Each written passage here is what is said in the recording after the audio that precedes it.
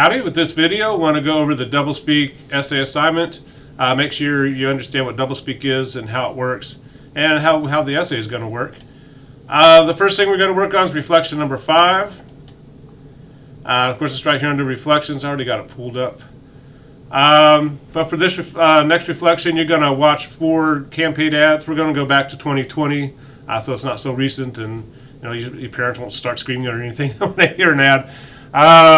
Probably some of you don't even know who some of these people are, but just want you to start noticing things about the ads. Are they making specific claims? What kind of visuals are they throwing out? What kind of music are they playing? How are they portraying themselves? How are they portraying their opponents? It's interesting. The whole idea behind doublespeak is that people use language to manipulate you and get you to think a certain way, to do certain things. We all use doublespeak quite often. It's a kind of, once you start getting into it and start listening for it, you hear it everywhere. But we're going to look at campaign ads. Again, we're going to go back a few years to 2020. So some of these people, again, you may not know, but most campaign ads work kind of the same way. They want to elevate the person they want you to vote for and denigrate the people they don't want you to vote for, right? And you're going to see it's pretty normal in some of these ads to do something like, well, I'm not a child molester, and they'll show a picture of their opponent. They're not saying anything, but they're using the words and the images to make you think, oh, that guy's a child molester, right? When actually they haven't really said anything at all. And you're going to see that with a lot of these videos. You can just look at the Donald Trump's video title, Stronger, Safer. What do they mean by that? Probably when they say stronger, you're going to see some military apparatus being used because it makes you feel stronger that we have jets and other people don't or something. But a stronger really is something you can measure. Are they really making a specific claim? And probably not, right? But they want you to feel a certain way about Donald Trump and what he's going to do for the country. And again, it doesn't matter which candidate you like or don't like. You're going to see all these things working through all the different ads.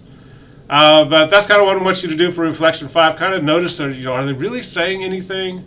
Even if they use numbers, do they really make sense? Are they really, are they showing you the data or something? Or are they just flashing up numbers and hoping you think positive things about that candidate?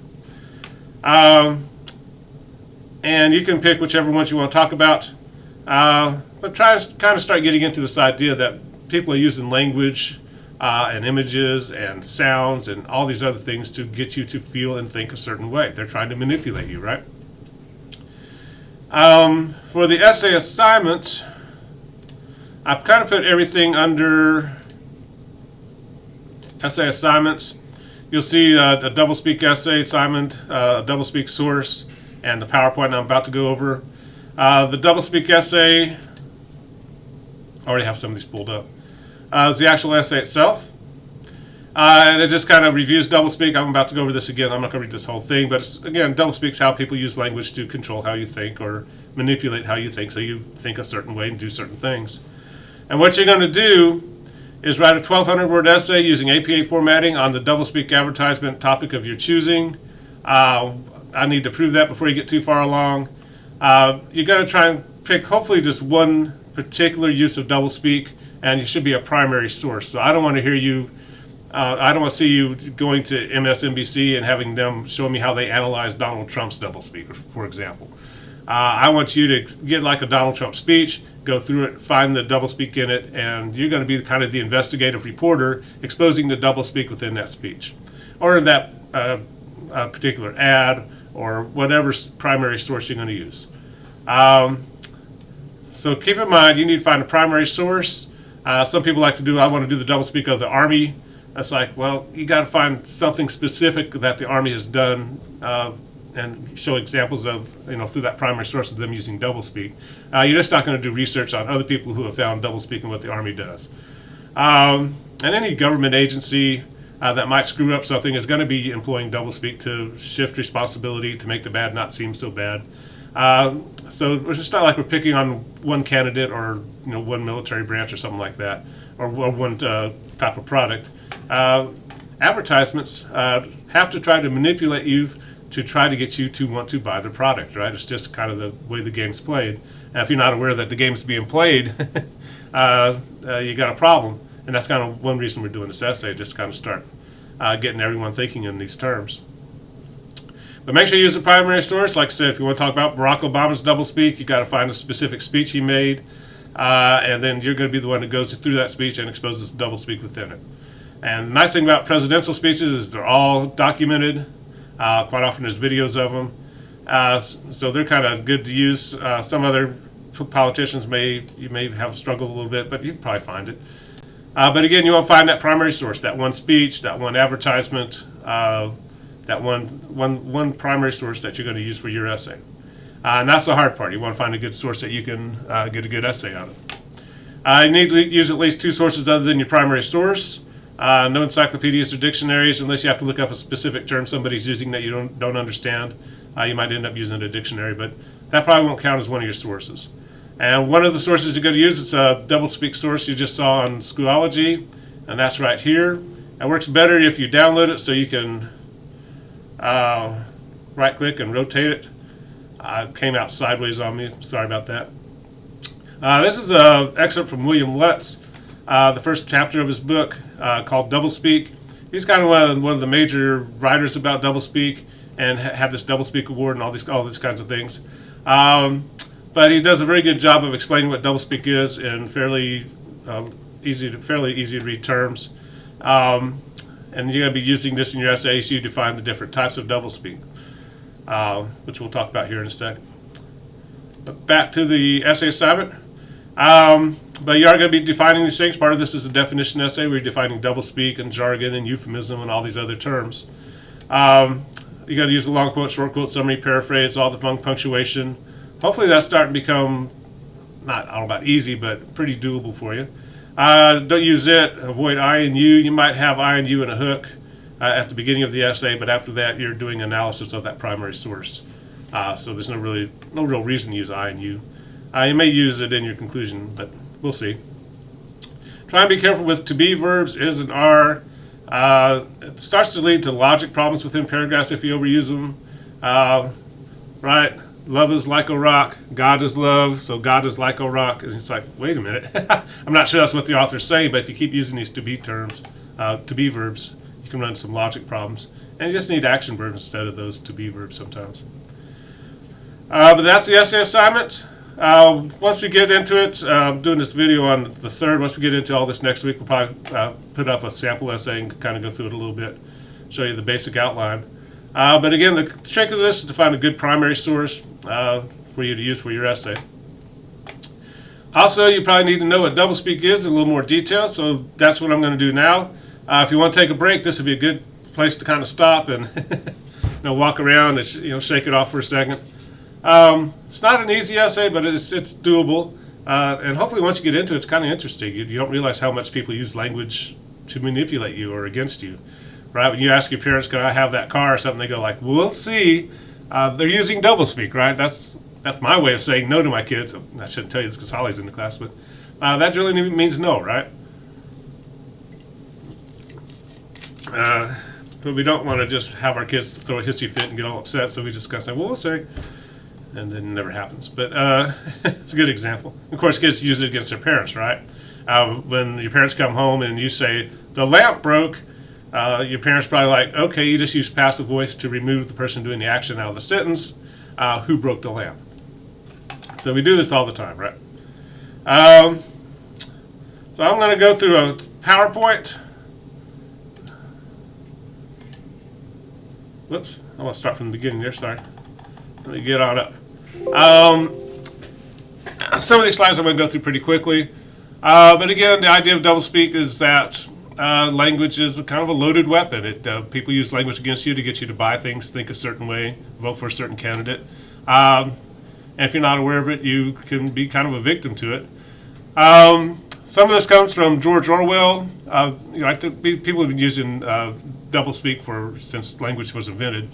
But particularly Let's kind of credited George Orwell with kind of bringing this to light. If you remember from 1984, Big Brother's 3 mantras: war is peace, ignorance is strength, freedom is slavery.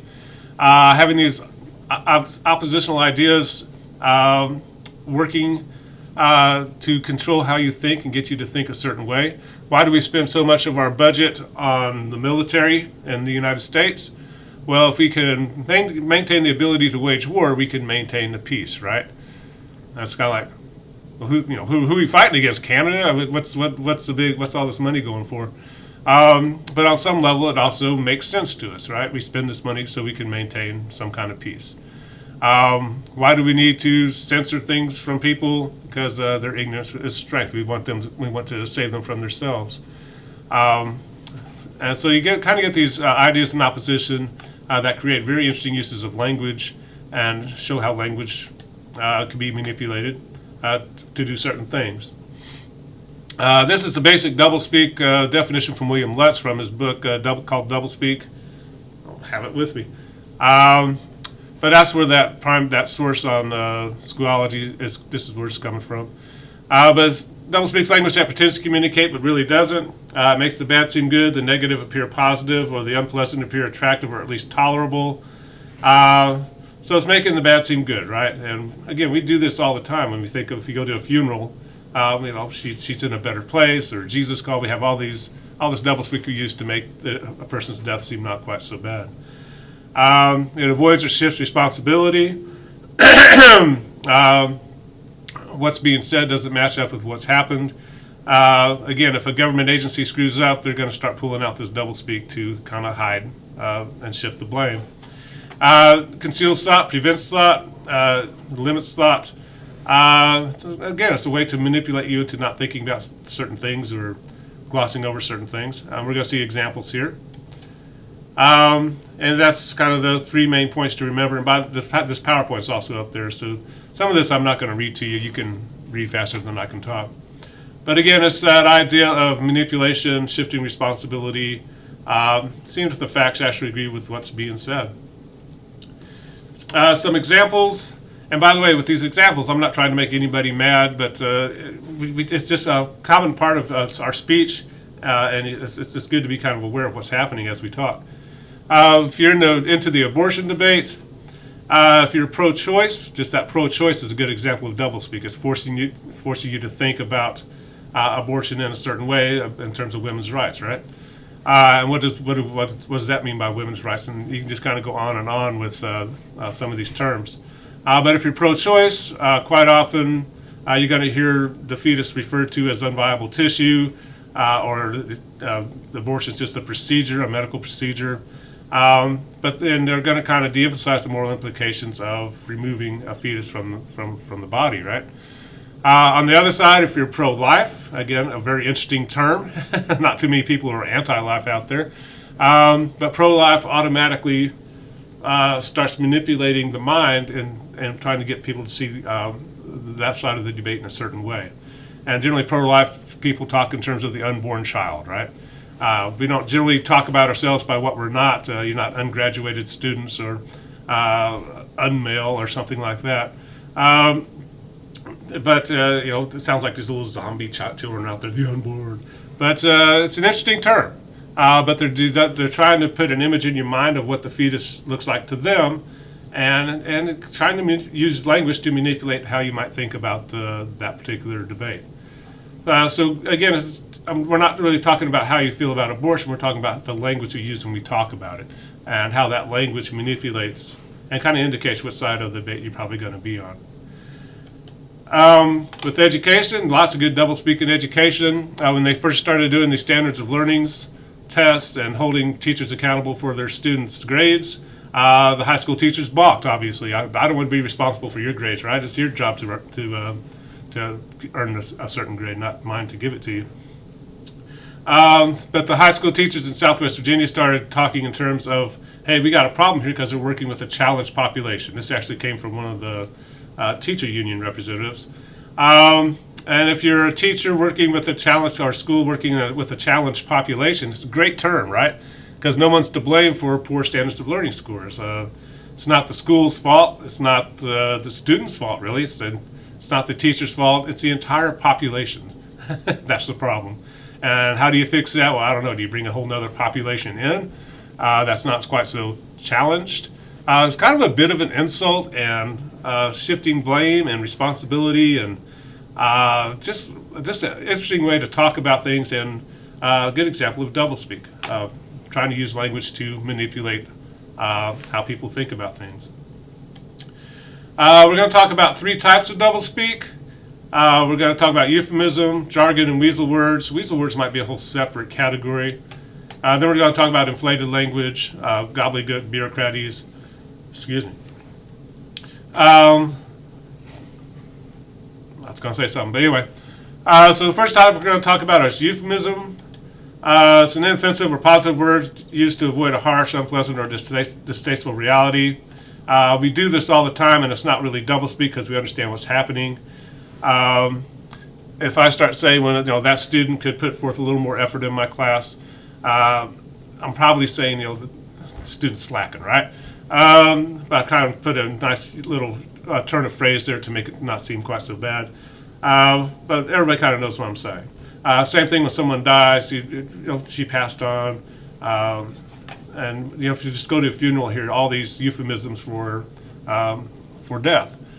Again, we're not trying to manipulate anybody. We all kind of understand what we're saying.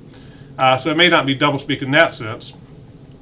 But if you ever get a job and somebody wants to fire you, you definitely might hear some euphemisms start to come out because nobody ever gets fired, especially from a corporate job.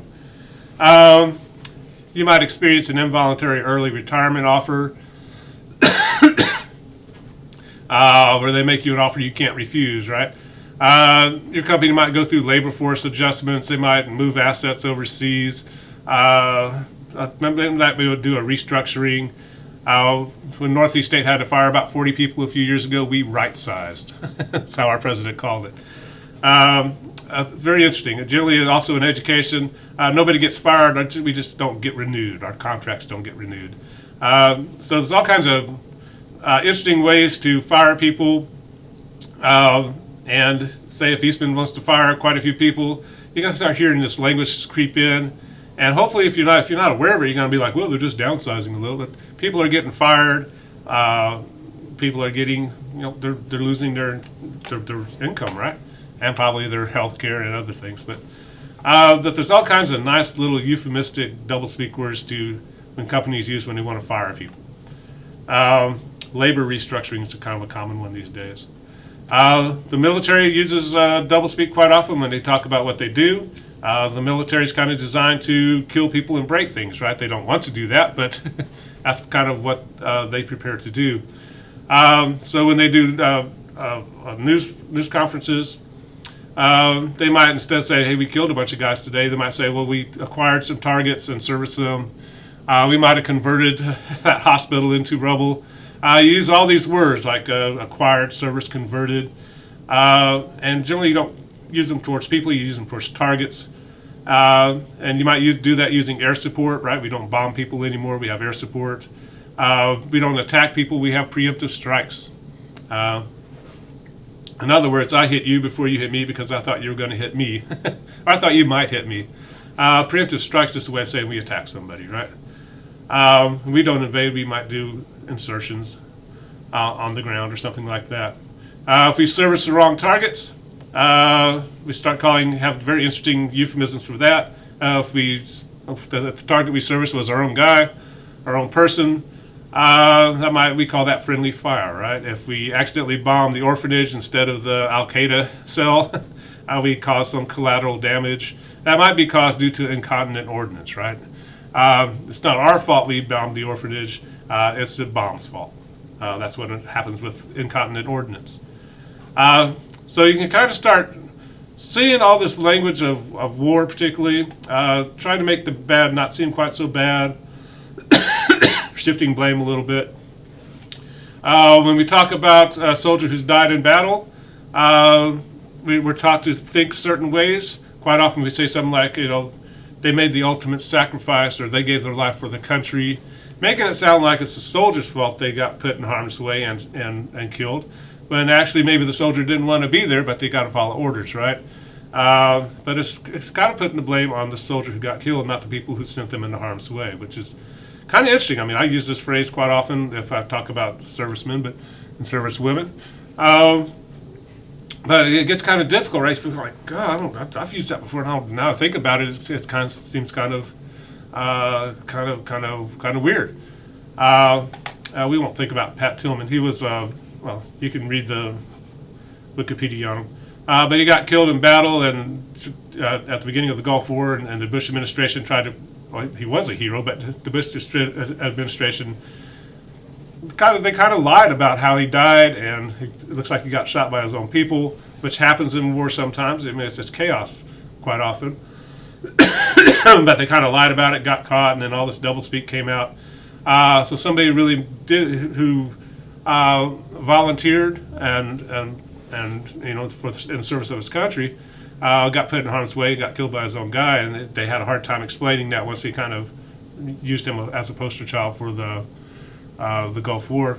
Very, very difficult kind of episode to work through about how we think about these things.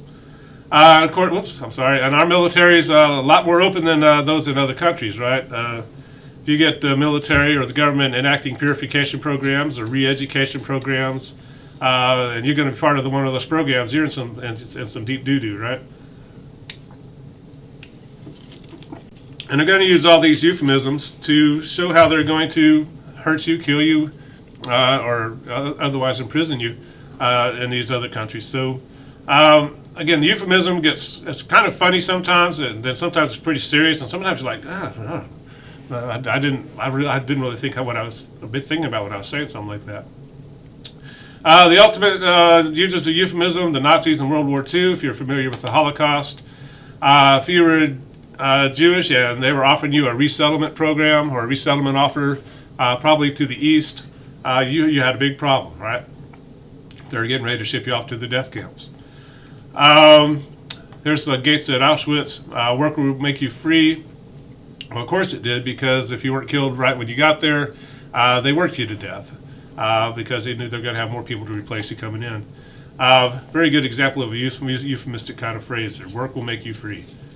And of course, the ultimate euphemism, the final solution, referring to the murder of over 10 million people, right? In the death camps. So sometimes doublespeak is kind of funny, but sometimes we use it to cover awful, horrible, evil things. That's one type of doublespeak. The next one we're going to talk about is jargon and weasel words. Jargon's the specialized language of a trade, profession, or group. Now you're learning some jargon in this class about the different things I mark on your papers, like what's a comma splice?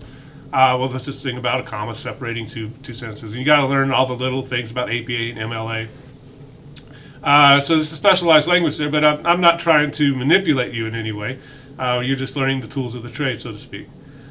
Same way if you go to the emergency room, and you've really hurt yourself, they got to move quick. They can't sit there and use long paragraphs about how you need some blood, or do you need to get those wounds just quit bleeding or whatever. They got their own language they use, but sometimes this jargon's used against us, and you can kind of see it in hospitals. If you have a negative patient care outcome that resulted in a terminal episode, you died. If it's due to a diagnostic misadventure of a high magnitude, you died because someone screwed up. Probably a doctor in that case. And all of a sudden, this jargon, they're using language to hide what happened and who did what, and you may not understand all the jargon, and all of a sudden, whoa, what's actually happening there? When planes crash, the airlines have to show this on their books, right? They have insurance, and they might sometimes make money on this. Hopefully not too much. But how do you explain that in your accounting books? Well, you might say a plane experienced an involuntary conversion. And all of a sudden, the plane and all the people inside are kind of explained away using jargon, right? Special type of jargon, it's called weasel words. And you're going to hear these quite a bit in advertisements, they qualify whatever comes after this. Sorry. They qualify whatever comes after the use of the weasel word. So I can look you straight in the eye and say, this class will help you become a millionaire within 5 years, or I will give you the $1 million myself. Guaranteed. 100% true. If you come back to me in 5 years and go like, I don't have $1 million, bro, I'm going to be like, well, I just said it would help. That help within that phrase qualifies everything that comes after it. So, you know, it like I said, just helped. I'm sorry you didn't quite get there, but I guarantee it helped, and that's it. Sorry you didn't make it. Same thing with crest helps fight cavities. Helps and fights are two weasel words put together. That don't mean anything at all. Just rubbing your fingers on your teeth might help fight cavities, right? And you start hearing these weasel words virtually. Don leaves dishes virtually spotless. Well, you're virtually a millionaire right now, right? Just probably about $999,999 short. When medication says it treats something or works to do something or fights something or controls something, whatever comes after that is meaningless because they've used that weasel word to qualify what they're saying. Want to look at a couple of examples? You know when you feel the weight of sadness. You may feel exhausted, hopeless, and anxious. Whatever you do, hopefully you feel lonely and don't enjoy the things you once loved. Things just don't. I'll stop. Let's go back to the beginning. This is an advertisement for Zoloft, one of the earlier ones. And you're going to start hearing them use these weasel words and also images that kind of manipulate how they want you to think about their product. You know when you feel the weight of sadness. You may feel exhausted, hopeless, and anxious. Whatever you do, you feel lonely and don't enjoy the things you once loved. Nobody's feeling that way during COVID, right? Notice they're trying to get you to kind of diagnose yourself. And so you go to the doctor and say, hey, how about this Zoloft stuff, right? They're doing these advertisements on TV, not for doctors. They're advertising to you. And it's interesting, this little egg-like figure. It's sad, makes sad sounds. And we got this bluebird kind of following around this cloud over its head. They spend millions of dollars coming up with these campaign ads, so it's not like all this is just thrown together by accident, right? Things just don't feel like they used to. These are some symptoms of depression, a serious medical condition affecting over 20 million Americans. While the cause is unknown. Now notice what they just said. While the cause is unknown, they don't know what causes depression, but they have this drug to cure it anyway, right? And they have this image here. These aren't what nerve cells actually look like. And of course, once it says dramatization, kind of a little jargon there, kind of because they can draw whatever they want if it says dramatization. They're not required to, doesn't have to be totally accurate. Depression may be related to an imbalance of natural chemicals between nerve cells in the brain. Notice may be related. May is another weasel word because may or may not. You may get a new car for your birthday next year, or you may not, right? Watch out for those weasel words. Prescription Zoloft works to correct this imbalance. Works to correct. Another example of weasel words, especially that works to do something. Whatever it says after that, they can say whatever they want and it doesn't really make a specific claim. You just shouldn't have to feel this way anymore. Only your doctor can diagnose depression. Zoloft is not for everyone. People taking MAOIs or Pimozide shouldn't take Zoloft. Side effects may include dry mouth, insomnia, sexual side effects, diarrhea, nausea, and sleepiness. Zoloft is not habit-forming. Talk to your doctor about Zoloft. And notice when they talk about the side effects, actually they're no longer called side effects, they're called adverse reactions. It's your fault you had a reaction to the drug, not the drug's fault. But they have the bird flying around, all the movement, trying to get your eyes to focus on the screen instead of what you're hearing, because they don't want you to hear about all the side effects, right? The -- prescribed brand of its kind. Zoloft. When you know more about what's wrong, you can help make it right. That final phrase, when you know more about what's wrong, you can help make it right, totally meaningless, right? No specific claim. And if you actually look at this entire ad, they have not made a specific claim about Zoloft at all. And that's one problem with particularly antidepressant medication. They can't guarantee it's going to work. So they have to kind of make you think it does, even if they don't even know what causes depression. Fascinating commercial. Entire ad doesn't say anything at all, but trying to manipulate you through language and weasel words and jargon to go out and get you some Zoloft there. I think we're done there. Let's get off the YouTube. Give me a second to get back. There we go. So if you're not really interested in politics, if you kind of do reflection number 5 and like, I don't care about these ads, you might look into something like an advertising like for drugs, weight loss products. You're going to start seeing these weasel words, this jargon, these euphemisms coming in. If you go to a drug site, there's a happy person right there, right? This is Vyvanse is a drug for ADHD. If you were going to do this for your double speak essay, something like this might work well. You got all these images to work with. You got all this copy. Vyvanse is for the treatment of ADHD, not the cure of it, just the treatment, right? They're not going to make a specific claim. You got these interesting images to work with, and of course you got the happy people who are just ecstatic to be taking this drug. It's kind of interesting in recent years the ADHD in adults. They found a whole new market for their drug. We'll learn more about ADHD in children. But quite often, particularly with ADHD drugs, they're going to show children doing homework. Don't have that here. That's where the battle often is with children who are diagnosed with this, right? You want to diagnose yourself a little bit, get ready to go talk to the doctor about Vyvanse.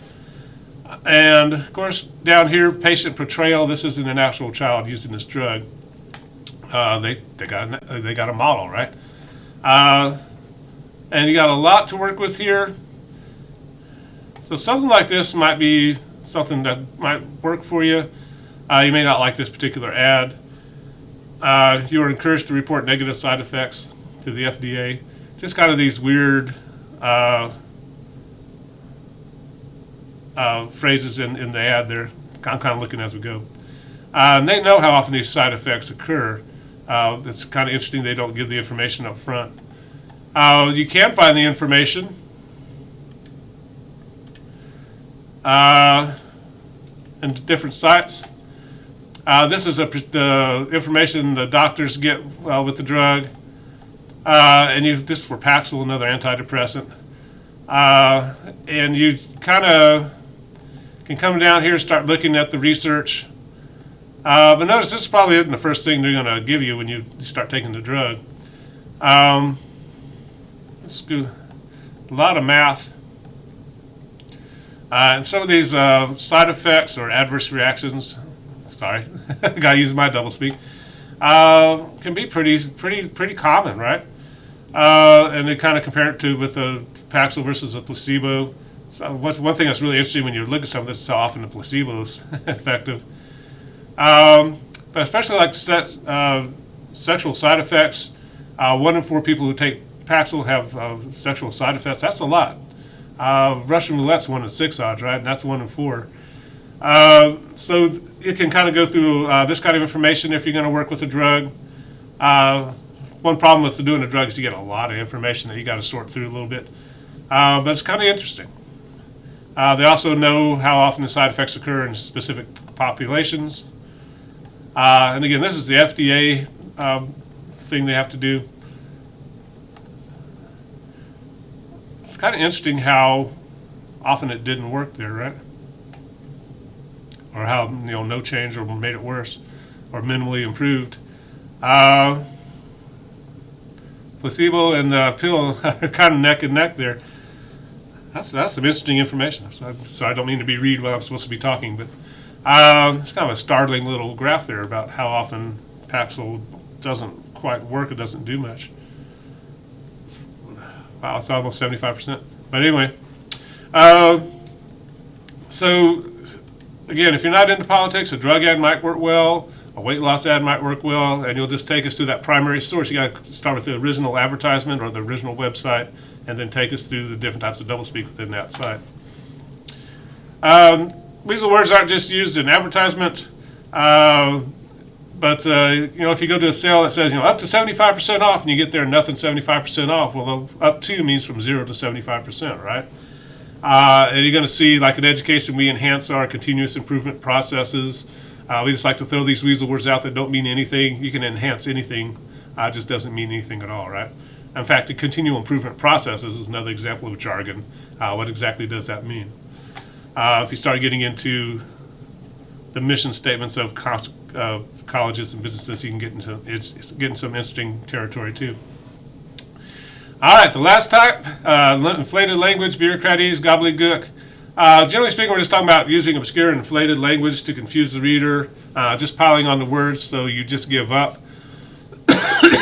If you ever had to download an app and accept their user end agreement, you're probably experiencing doublespeak. You probably did not read that, right? Here's a Microsoft user agreement. Before you're just like, I just want to play my game or use Microsoft Word or whatever you want to do. Are you going to read all this? And even if you try to read it, you're probably not going to be able to read it because it's written by lawyers for other lawyers who might sue them.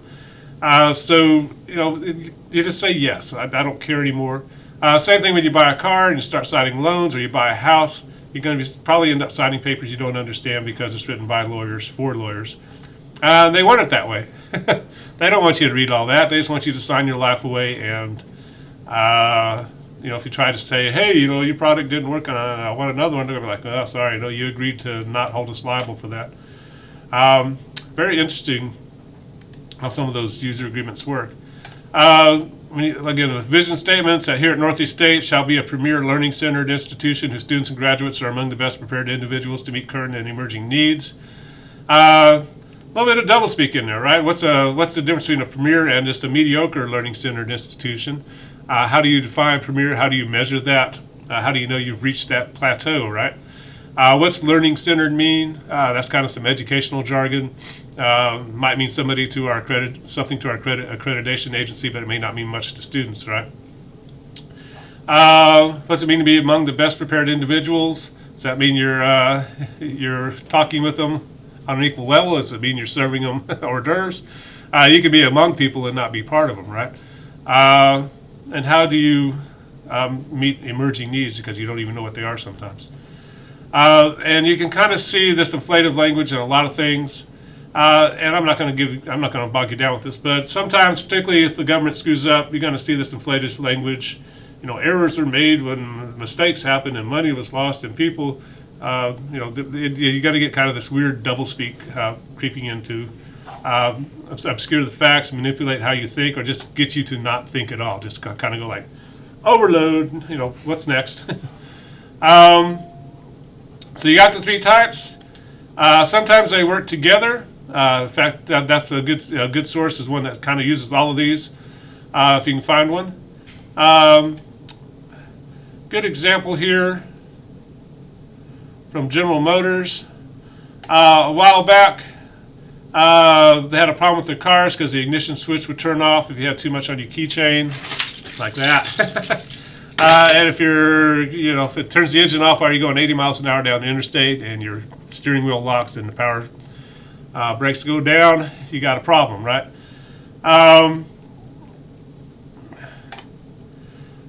We are taking responsibility for what has happened by taking steps to treat these victims and their families with compassion, decency, and fairness. What exactly does that mean? Because these families probably want some money, right? We made serious mistakes in the past, and as a result, we're making significant changes in our company to ensure that they never happen again. Not really saying anything in that statement. They're being very careful because they're in the middle of lawsuits.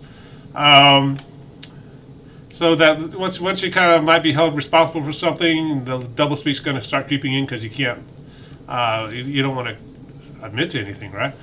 And of course, they kind of tried to hide this before they decided to treat everybody with compassion, decency, and fairness. And it's kind of an ugly little situation with them. And of course, down here at the bottom of this press release, we got forward-looking statements. Our use of the words expect, anticipate, possible, potential, target, believe, commit, intend, continue, may, would, could, should, all these weasel words, right? Project, appears, projected, position, outlook, or similar expressions is intended to identify, and again, more weasel words to just talk about through weasel words, identify forward-looking statements that represent our current judgment about possible future events.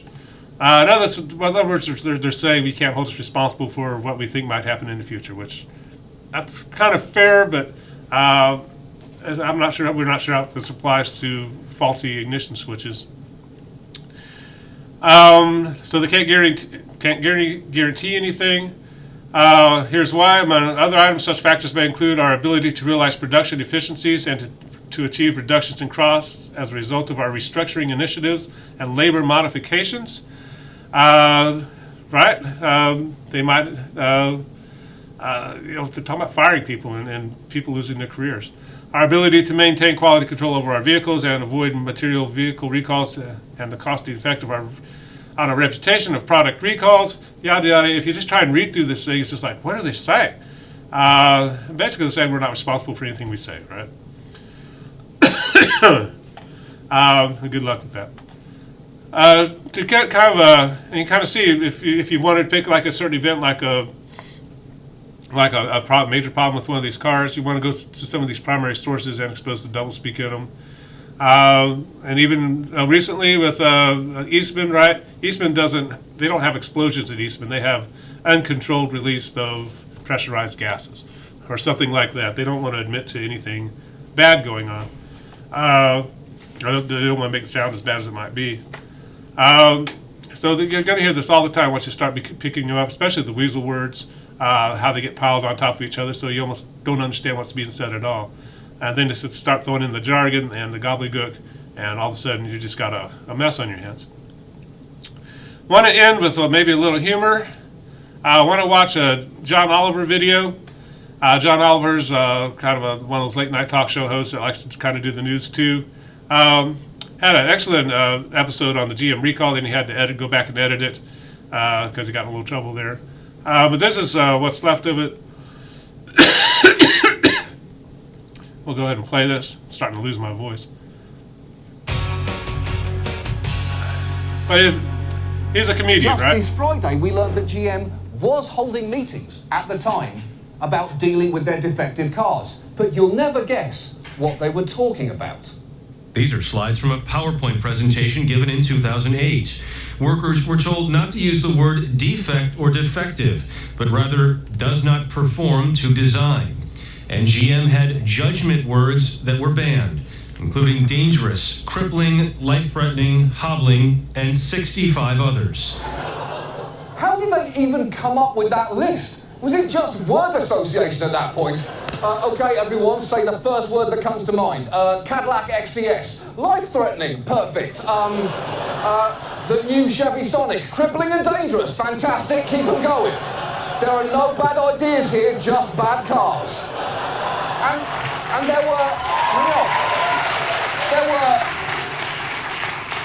a lot more words on that list than just those four mentioned, because the banned words include, and I'm going to show you the document to prove that they are real as I read them.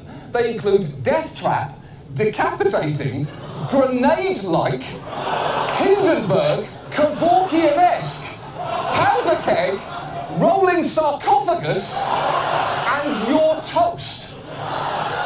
When demons have sex, those are their safe words. We don't technically have commercial breaks on this show, but frankly, after this, I think we all might just need one just to get away from this story altogether. So if you'll excuse us, we'll be right back. General Motors makes cars that America can be proud of. Cars you could never describe as defective or catastrophically flawed. Gruesome, potentially disfiguring rolling sarcophagi? That's not our cars. We make sleek, non-grenade-like anti-Hindenburgs that are the very opposite of Kevorkian-esque. So why not tell your family you love them and come test drive a GM car today? Driving a GM car is so smooth, it's like butter. And you're toast. General Motors. Why walk through the valley of the shadow of death when you can drive?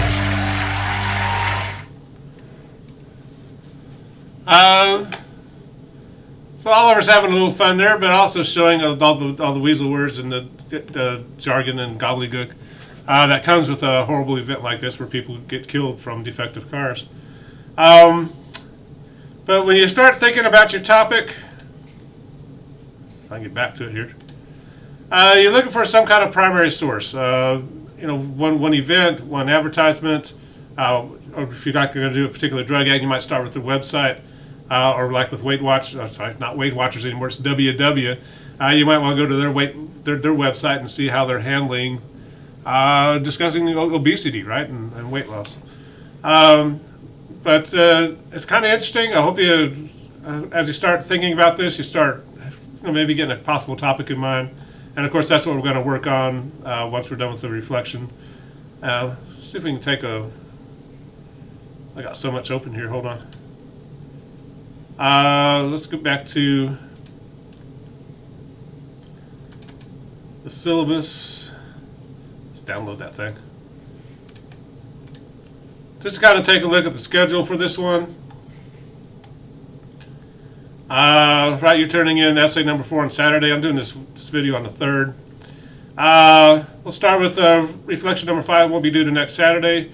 So you gotta watch this long video and take some thought, right? Like, oh wow, this is a this is a lot to think about. Then we'll work on reflection 5. Then your final topic will be due on the 16th. Again, I want to approve that topic. Make sure you have a primary source, and hopefully find a topic that's interesting to you. Don't just pick a politician because you don't like them or something. If you're not really interested in politics, then again, you're not really talking about the politician. You're talking about how the politician employs language. Then we'll start working on the essay. One other side note: make sure you're going to get Ermina there, the graphic novel we're going to use for our last essay, and a copy of Antigone. I'm going to provide you an online link to that if you want to read it online. It'd be okay too. But if you have any questions, be sure to let me know. Yeah, it's about 45 minutes. Wow. Again, sorry about the long video. Just wanted to kind of get it all there in one package. But if you have any questions about it, be sure to let me know, and we'll talk to you later. Bye-bye.